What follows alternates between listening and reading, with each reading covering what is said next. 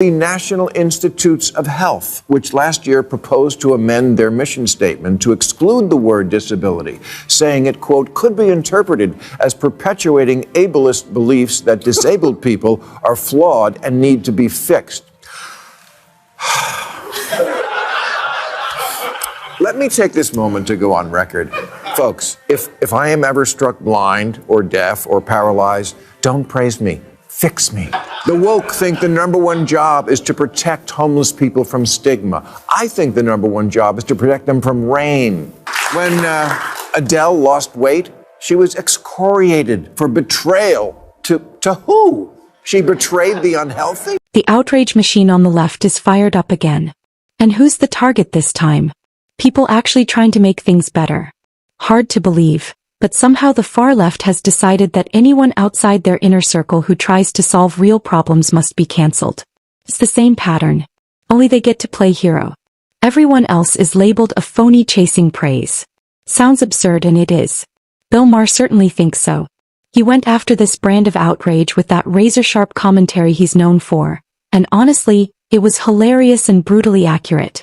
Settle in, because he didn't hold back. Post reporter tweeted, what truly needs curing is society's view of disabled people.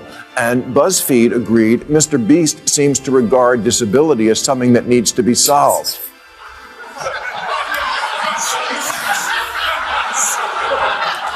Okay, disability is something that needs to be solved.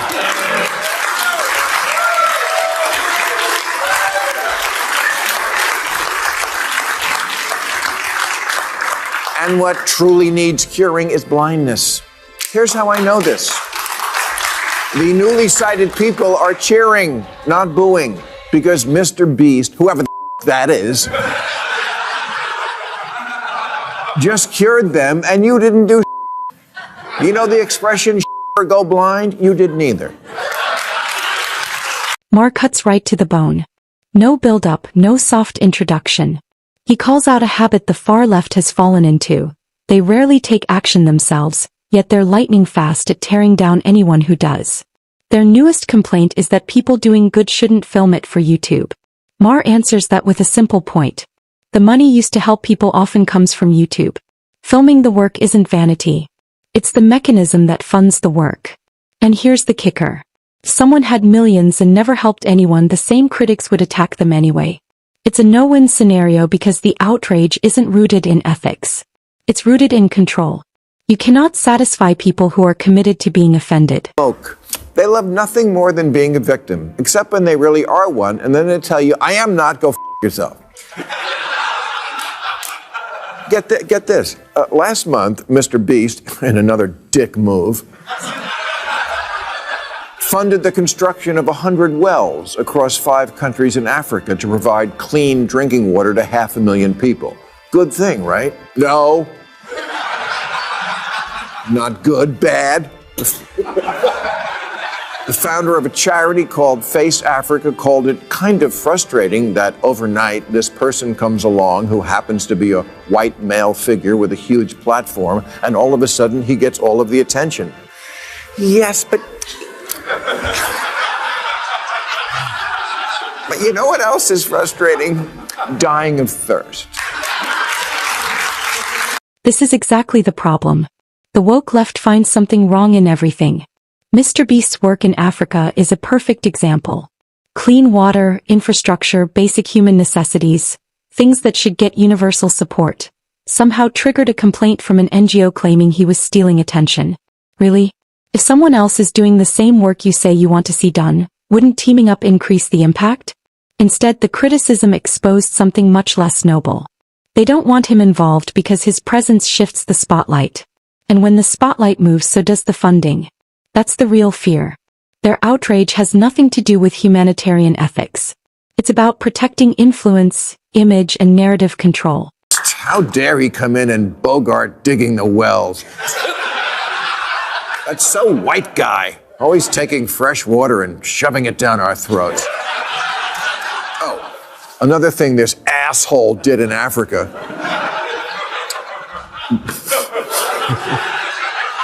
was pay for the rebuilding of an African orphanage which the director of the Hope and Homes for Children charity called it a classic case of white saviorism.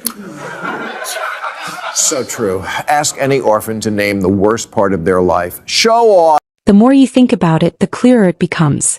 Major global problems were never going to be fixed by government alone or by activists who think they own the moral high ground. Change has always required people with resources and initiative stepping in to fill the gaps. That's what Mr. Beast is doing.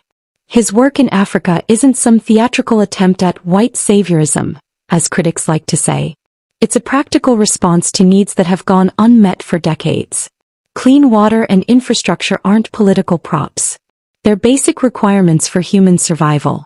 When someone finally addresses those needs, nitpicking their motives says more about the critics than the helper. Mr. Beast isn't undermining anyone. He's helping where help is overdue. How did we get to this weird place? Telling people who are actually out in the world making a positive difference, you're the problem. Yeah, quick question. Who the are you?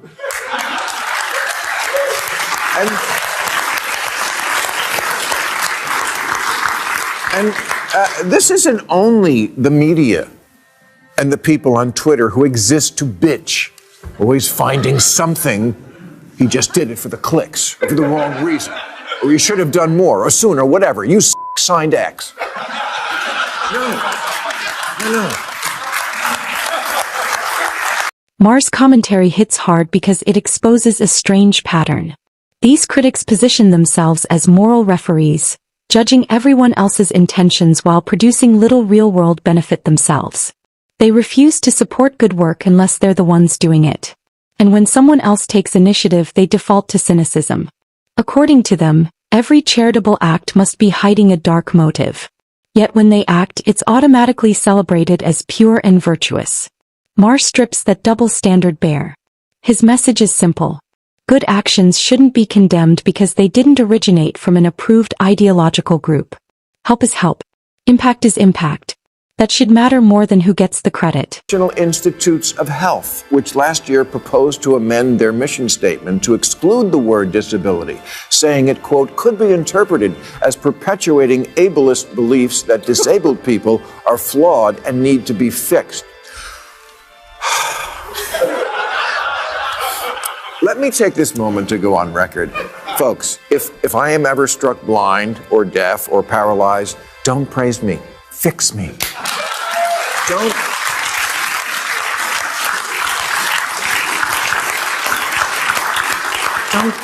Don't sit around talking about how much I'm just as good as you. Fix me. Do something. Use AI. Invent something. Maher also takes on another trend. People with disabilities don't benefit from speeches or slogans that only highlight their identity while ignoring the actual challenges they face. Real support means access to medical care, mobility opportunities, and tools that help them thrive. He argues that offering someone resources to improve their life isn't offensive. It's humane. Yet somehow the far left attempts to twist genuine support into an insult, as if giving someone the ability to overcome obstacles is an attack on who they are. It's an upside-down view of compassion. True empathy isn't about presenting people as inspirational symbols. It's about removing the barriers that limit them. Now, there's so much faking this time of year between the presents you don't want to buy and the presents you didn't want to get and the goodwill toward men that lasts until January 2nd. I just don't have room for, and disability is awesome. It's not awesome. And it's not a political affiliation. That's the problem. We turn everything into a political identity category. You're deaf. That's your identity. Don't mess up a good thing by hearing. Maher points out how everything has been politicized to the point where even disability is treated like an ideological category. Nothing is allowed to stand on its own anymore. Every condition becomes a label. Every hardship becomes a political badge. This approach didn't appear overnight. It began within the left, where every issue, from homelessness to illness to immigration status, became folded into identity politics. Instead of addressing practical needs, the conversation shifted to labels and narratives. Disability got pulled into the same orbit. Instead of focusing on what people need, the debate became tangled in ideological framing. Maher argues that this obsession with identity often replaces common sense and actual problem solving. Adele lost weight. She was excoriated for betrayal. To who? She betrayed the unhealthy? The woke have even turned the homeless into a political identity group, as opposed to liberals, old school liberals, who just want to get them off the street, which now is seen as kind of judgy, like, don't disturb them in their natural habitat.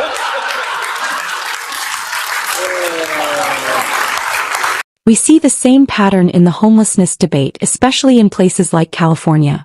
Whenever cities try to clean up unsafe encampments and move people into stable shelters, certain activist groups protest, insisting tents on sidewalks are natural communities that shouldn't be touched. The logic would be funny if the consequences weren't so severe. Allowing people to live in dangerous, unsanitary conditions while blocking efforts to help them isn't compassion. It's a failure. By fighting practical solutions in the name of ideological purity, they've contributed to an even worse crisis. Instead of reducing homelessness, they helped normalize it. That's not moral leadership. It's abandonment disguised as empathy. Life under the bridge. The woke think the number one job is to protect homeless people from stigma. I think the number one job is to protect them from rain.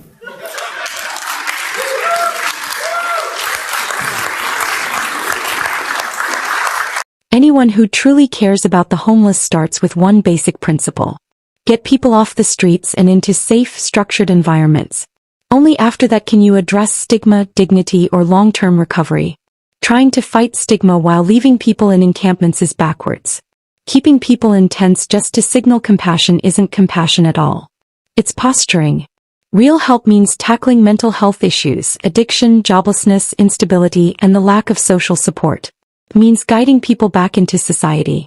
Anything else is a performance that leaves suffering untouched. I did the Ice Bucket Challenge back in 2014. I thought I was helping the cause of funding research to cure ALS. Wrong again. An op-ed in Time magazine said the Ice Bucket Challenge even seems to be suggesting that being cold, wet, and uncomfortable is preferable to fighting ALS. It was suggesting no such thing. What is wrong with this country that so many people can't be happy for anything for even a second? Maher wraps it up with a clear point. Woke culture has become a force that drains enthusiasm, creativity, and even simple joy. If they didn't invent the idea, they'll attack it. If they didn't lead the movement, they'll try to shut it down. They've become experts at finding fault in anything that doesn't come from their ideological camp. Instead of celebrating progress or kindness, they look for reasons to tear it apart. Maher highlights how this attitude isn't about justice or compassion. It's about maintaining control over the cultural conversation. And that's why good deeds, humor, and common sense so often become targets. And with that, we'll close out today's video. If you enjoyed it, hit like and subscribe for more commentary. Thanks for watching, and we'll see you in the next one.